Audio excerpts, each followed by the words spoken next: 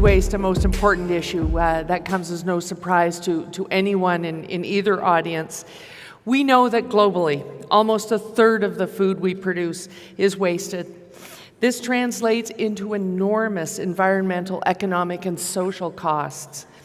In Canada alone, research has pegged the quantifiable and cumulative cost of food waste and food loss at around $107 billion.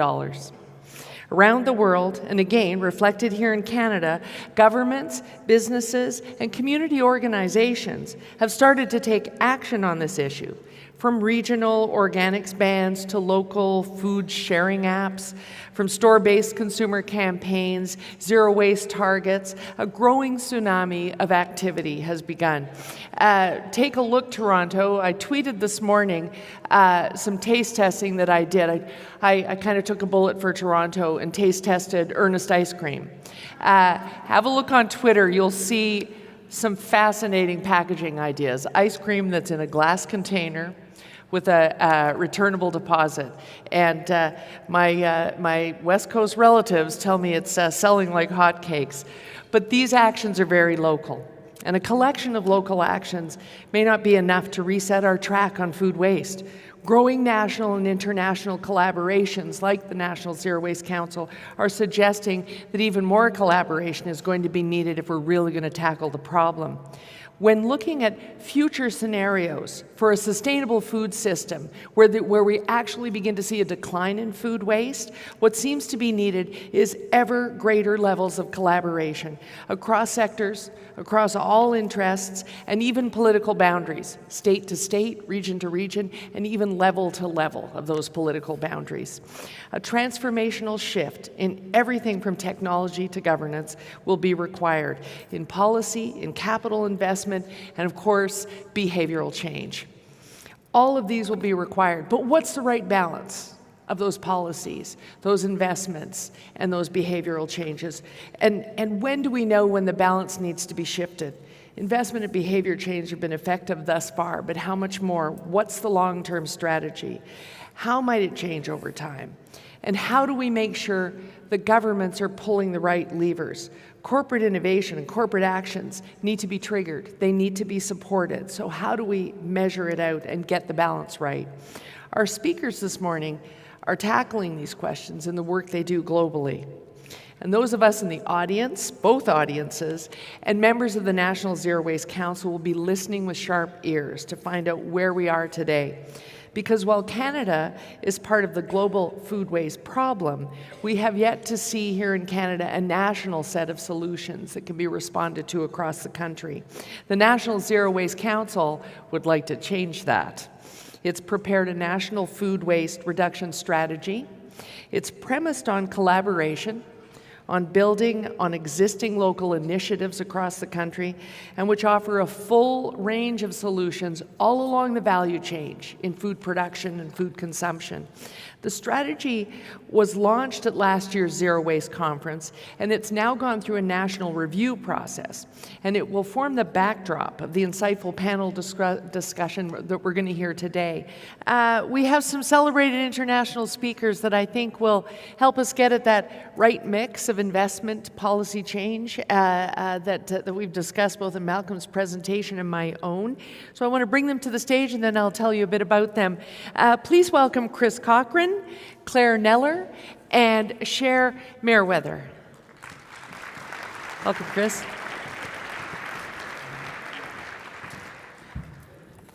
Now, you'll notice that there are three panelists, and those who've been paying attention to your program will be a little sad that I didn't mention a fourth name. Shay Elias was the fourth panelist, and we're gonna tackle some of the things that he discussed in the World Economic Forum's work at Davos. Shay is stuck in Jakarta and spent a great deal of time yesterday trying to figure out how to set up the remote location. but wasn't able to. But I'm confident that our speakers will tackle some of the work that's been going on. Shay is the principal and innovation leader for Deloitte's manufacturing practice, and some of you may be aware of the work that he presented at the World Economic Forum in terms of the future of food and agriculture.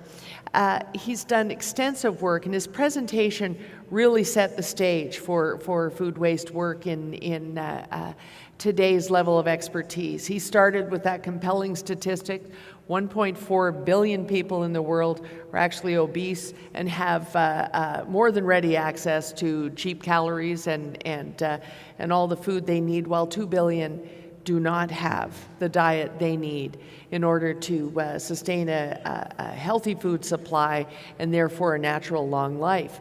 And the presentation really challenged us to, in tackling food waste, to also tackle the connectivity we need between the overproducing and the underproducing markets through collaborations. And so I think today's discussion can really bring that into the fore in our discussion.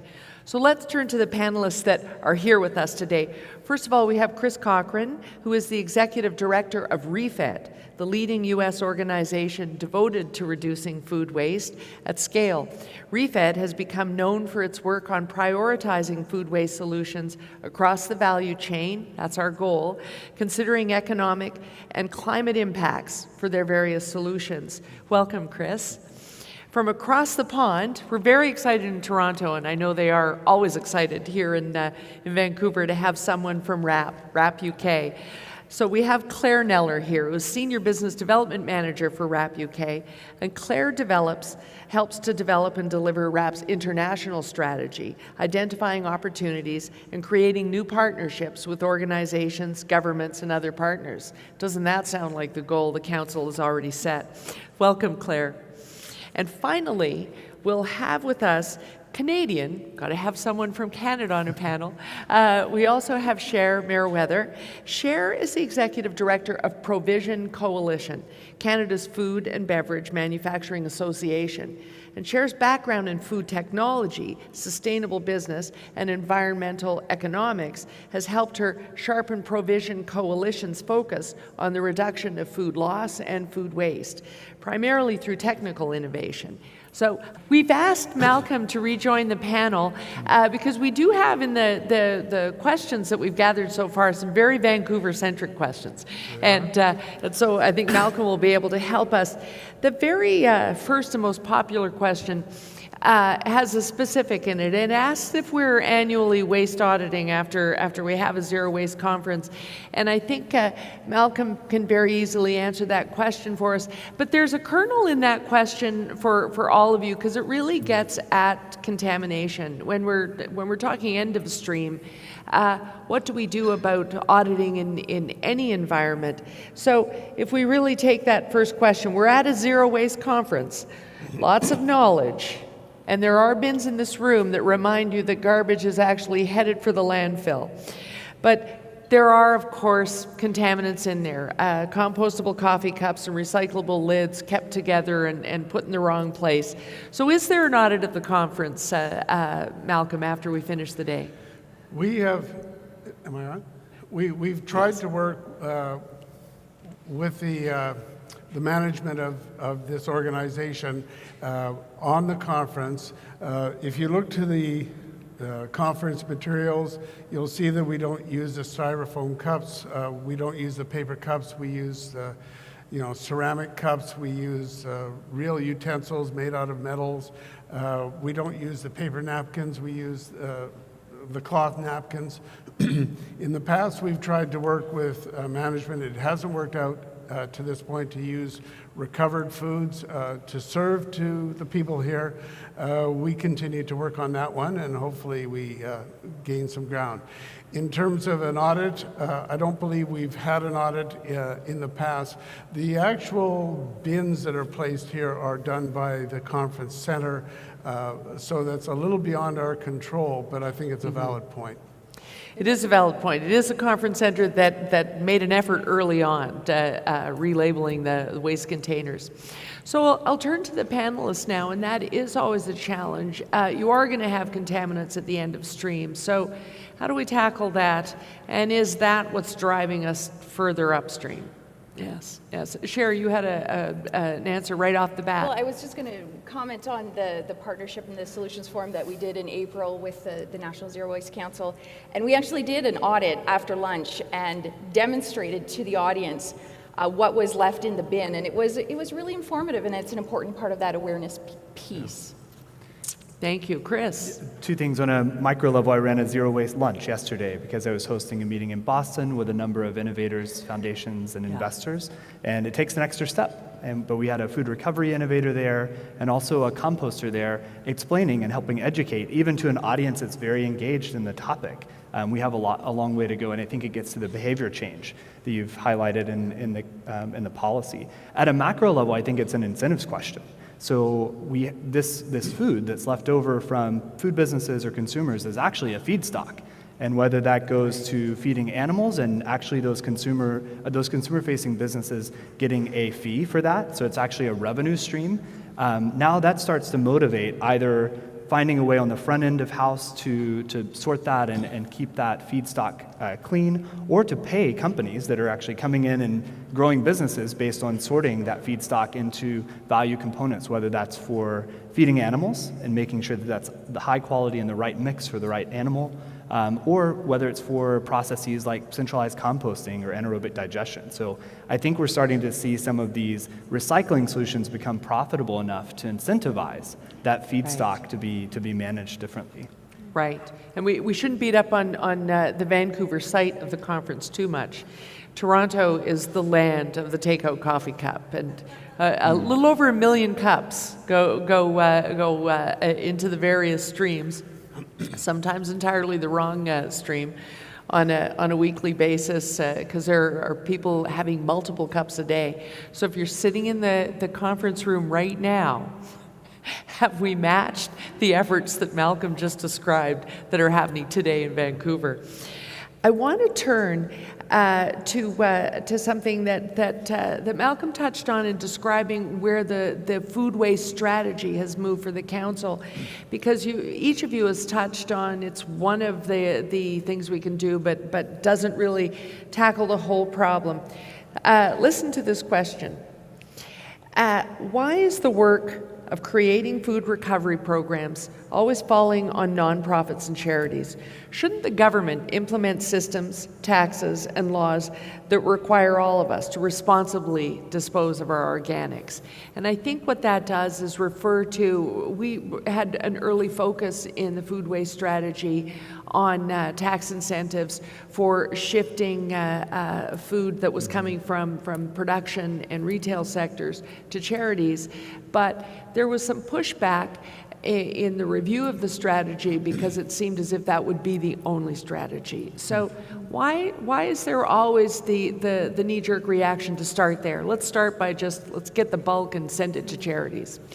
Yeah, I think that there's two kind of challenges with that kind of policy work. One is that you get a bunch of unintended consequences. So in France, that's exactly what they did. They said no food from supermarkets can go to landfill. And on the surface, it's great, it's very admirable, but the infrastructure and the capacity of those charities is not there to deal with it. So there's that element of it.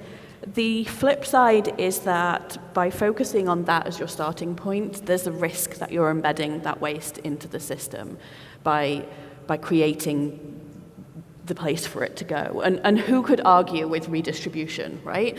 You want to feed hungry people with good food, yes, absolutely. But environmentally and economically, it's far better to prevent that from happening in the first place. There will always be surplus food that should go to redistribution, but that shouldn't be the first option. And I think, Malcolm, when you showed that slide with the waste hierarchy, that's the key. That's what we should be following. I saw Cher nodding right away that infrastructure challenge. I guess the provision would face that and trying to meet that. Maybe you want to touch on that a little bit, and then Malcolm can tell us where the strategy's moving now as it heads towards an updated version. It really is about prevention. That's exactly what Claire was talking about. It's prevent it from happening in the first place, and then look for the alternatives and have the policy that supports it. And I talked about harmonized policy. When we talk to our manufacturers, they find it extremely frustrating when they have to figure out, what am I doing in BC? What am I doing in Ontario? What am I doing in Quebec? So having that harmonization, first and foremost, having the flexibility for the government to respond as we learn and evolve, but also having it being predictive, right? So the companies need to be able to make investments in those new technologies. They need to know what's going to happen in the policy space. And so communicating that policy, where the intentions are going, is going to be critically important. Oh, thank you.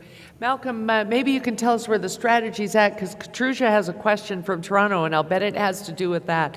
Where are we at now in the review process with respect to charities? We're reviewing the entire strategy. In my discussion, though, I mentioned one of the important ingredients, and really it involves the WRAP UK group, where we want to take the Love Food, Hate Waste strategy nationwide.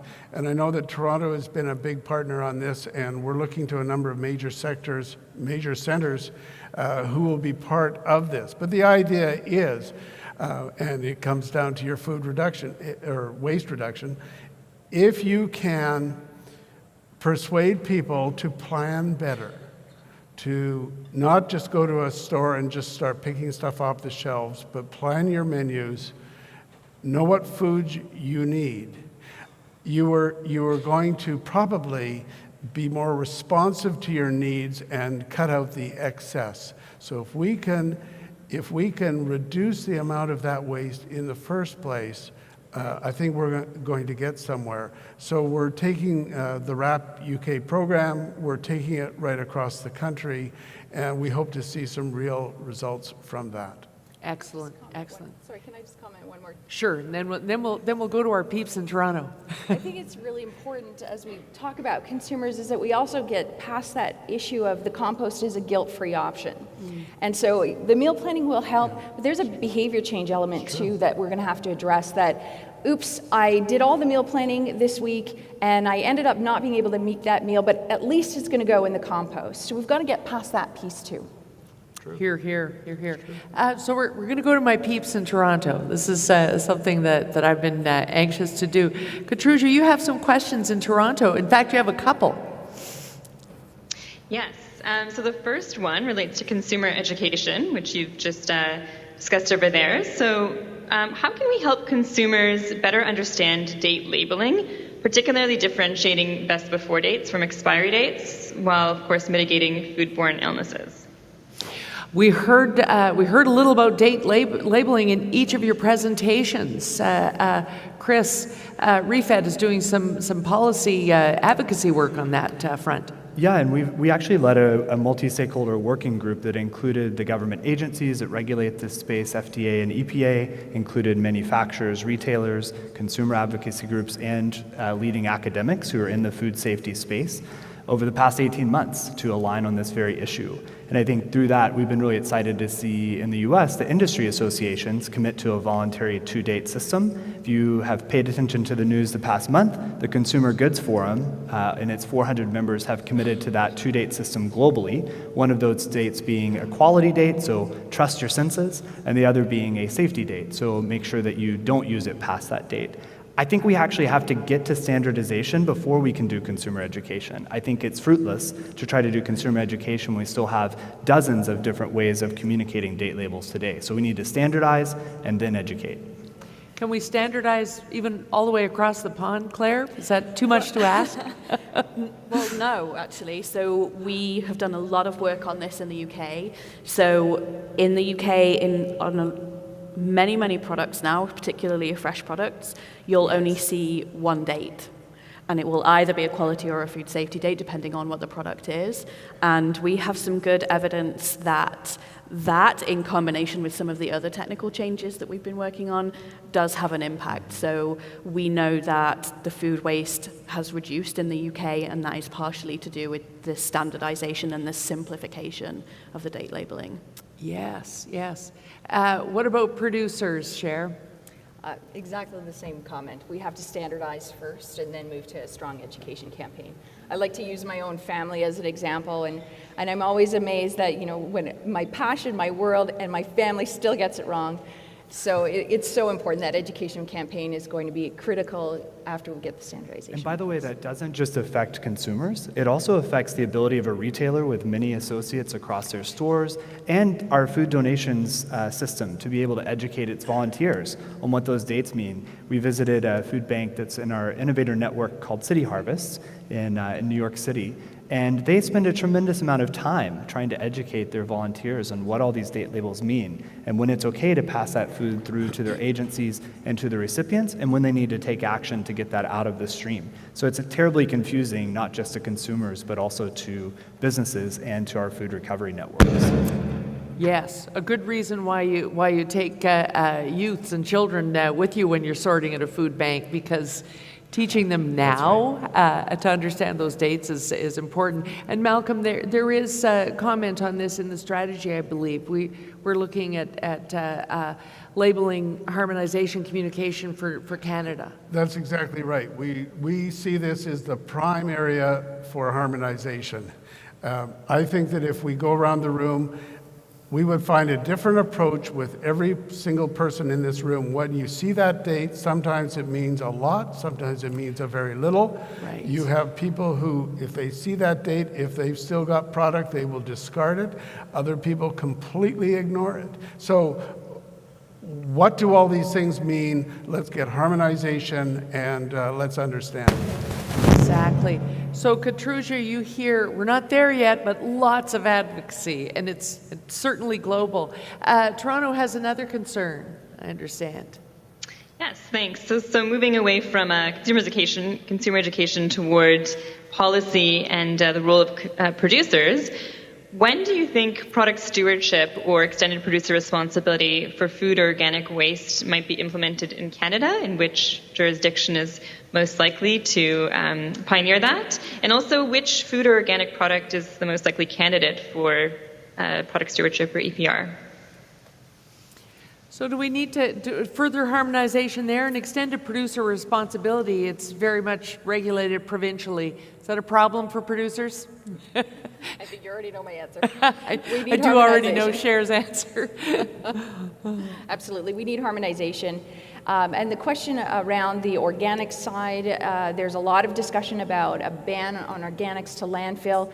I think it's really important that we first get the infrastructure in place to make sure that if we're going to put a ban, that we have ways to deal with it, and that we also have strong investment and support for those to prevent it from happening in the first place. So it goes back to my comment about, good, strong policy, collaboration, and investment in that collaborative space. So, Chris, what's happening in the U.S. in terms of EPR? Are we having a national conversation? That's where National Zero Waste is struggling to get. Yeah, I think in the U.S. we're having a state conversation. So you see states in New England like Massachusetts and California, so West Coast and New England, who are implementing organics recycling bans. But if I said that word ban, actually even the regulators themselves would correct me. And I was with John Fisher yesterday, who runs the Massachusetts Solid Waste Plan. And he says, it's a plan. And actually, as part of our ban, our goal is actually to set businesses up for success. So they actually have grant dollars through the state that provide technical support as well as investment in infrastructure over a long time horizon to set up their businesses for success. They also started with the largest businesses, so 1,700 of the businesses were the largest grocery stores, food service companies, and restaurants is where they started, and got to work with them, and all of a sudden their universe of 300,000 businesses across Massachusetts became a starting point for the 1,700 largest, and their job was to make them successful. So I think it takes investment. In California, you have a $40 million cap and trade fund that's dedicated to food prevention, recovery, and recycling to help set set up the businesses for success in phasing out organics going to landfill. I see a wheel just started turning for Malcolm. As we have a growing number of provinces with cap and trade programs, he's thinking, hey, we can get some of that cash. Claire, is that the direction we're going in the UK and indeed in the EU? No, in short. And I think, the idea of EPR for food is a really interesting one, because what does that really look like? I think the element of that that's really interesting is around soil, actually. And it's not very sexy, but soil health is such a massive issue. In the EU, we have 60 years of topsoil left. Mm-hmm. And the only way to address that is to close that circle, to get the recovery of those nutrients back into the soil. That's the kind of circularity EPR element that is interesting to me. And Cher, what you were saying about landfill bans, it's so important to have the infrastructure and the capacity in place, because trying to do it before you have that, or kind of divorced from that, you won't achieve the result that you want, and you make it harder to then achieve that result the next time you try and do it. Mm-hmm. Malcolm, you want to add something? I'm a big fan of the EPR programs, but I tend to think of those kind of programs when you buy a television set and you use it for a bunch of years, and then you have to deal with it at the end of life, and there's a big bulky item to deal with. Better to have the cost of that put into the original purchase so that it can deal with the end of the life treatment for that. With food being a daily product, and you use it short term and in small amounts, or sometimes large amounts, but small amounts, I just can't see it working as well. Now, as far as the organics ban, those of you who are in Metro Vancouver will know that we do have an organics ban here in Metro Vancouver. Yes, and we have faced certain infrastructure problems surrounding that because this is just a growing situation. That is for sure. But when you consider that about a third of our waste stream has traditionally been the food waste and the grass clippings and garden stuff. Right. I think it's important, and I think, as many problems as we have had with the ways of dealing with it and the infrastructure issues, I'm not going to advocate turning around. I think it's important going forward. Mm-hmm. I'm going to shift a little bit, and our closing keynote will be happy to hear this. Mr. Stu will enjoy that we got into this conversation at the farm level. How can we change the culture in North America in particular to one where we stop devaluing ugly fruits? Ugly fruits and vegetables should be sold instead of the retail environment we have now, which is one where we purchase only the most perfect fruit.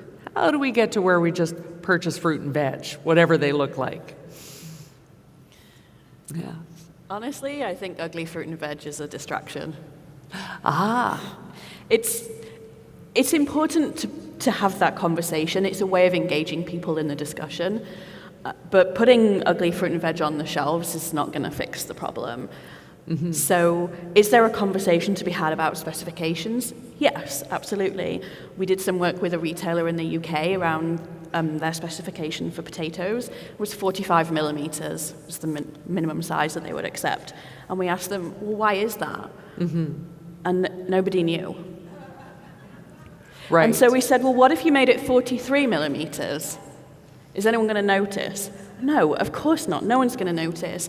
And as a result of that, the farmer who was growing the potatoes for that supermarket changed the variety, he changed the irrigation technique. His farm was £6,000 per hectare more profitable. Wow. By changing the specification by 2 millimeters. So is there a discussion to be had about specification? Yes, absolutely. Is it about ugly fruit and veg? No. I would second that. Chris. I think ugly fruit and veg is a fantastic consumer education tool. I think it's not the solution for all produce waste, which in the U.S. is 42% of the food composition. There are so many other markets for the grade 2 and 3 product, and so we need to be building up value-added processing as one example. So I think about the ugly carrot that's prominent in a lot of literature, and there are so many different markets for that carrot, including, by the way, baby carrots, right? So think about the baby carrot example. Those were misshapen carrots. They're now shaved off, and it actually increased carrot production 50%. So I think there are a lot of different ways that we can be using grade 2 and 3 product, and I don't think the lead solution is getting consumers to change their behavior of what they want to buy in a supermarket. So very much agreed. And I think that's the trick, isn't it? Separating out those things are going to create volume change, and those things that we do, the ugly fruit movement, created a noise that we need behind us as government actors. You need a certain amount of the public's noise behind you when you say we've got to change things. And that brought their attention to the fact that some of the food is wasted before you're even buying it in the store. It served that purpose at the very least. But we have to go on from food. What gets around food and creates a problem? One of the questions here gets at other parts of packaging, but it really shows up in food waste because of the way we try and deal with food waste in the stream. Why isn't expanded polystyrene food packaging just banned? We know that it's the most difficult thing to deal with. Is a ban the way to go? And how do you broaden that ban so that it's not just happening in pockets? No. I agree. You want to go first? We've stunned the producer for sure. I think there's a big challenge around the demonization of packaging. Packaging is incredibly important in the food system. And, people say, well, we shouldn't have any plastic food packaging. Well, would you go to a hospital that had no plastic? No, of course you wouldn't. Mm-hmm. And it's the same with food packaging. Are there better choices that could be made? Yes. But the end of life is not the only consideration. You've got to think about the whole life of the packaging and the product that it's transporting. And Sorry, go ahead. there's trade-offs at every point. And in many cases, that food packaging will actually extend the life and reduce the food waste that happens in the first place. It's the type of packaging, though. We want to make sure that we're choosing a package that is safe for the food, that it will extend the quality and the shelf life. I have no comments about the styrofoam issue, et cetera, but really packaging is incredibly important for all of those other elements, keeping it safe, keeping the quality up, and extending the shelf life. Right. Malcolm, you had a comment on this, and then I have a question for you about this. It's very Vancouver specific. Oh, well, I'm going to answer you before you ask, of course, because I only know, in this context, I only know about the Metro Vancouver situation, but we are starting consultations on a ban on polystyrene from the waste stream. And there will be consultations in the next few months, but I expect that we will have a ban on that product, and you'll have to take your polystyrene containers to the depots. Mm-hmm. So the municipalities across the country will be watching.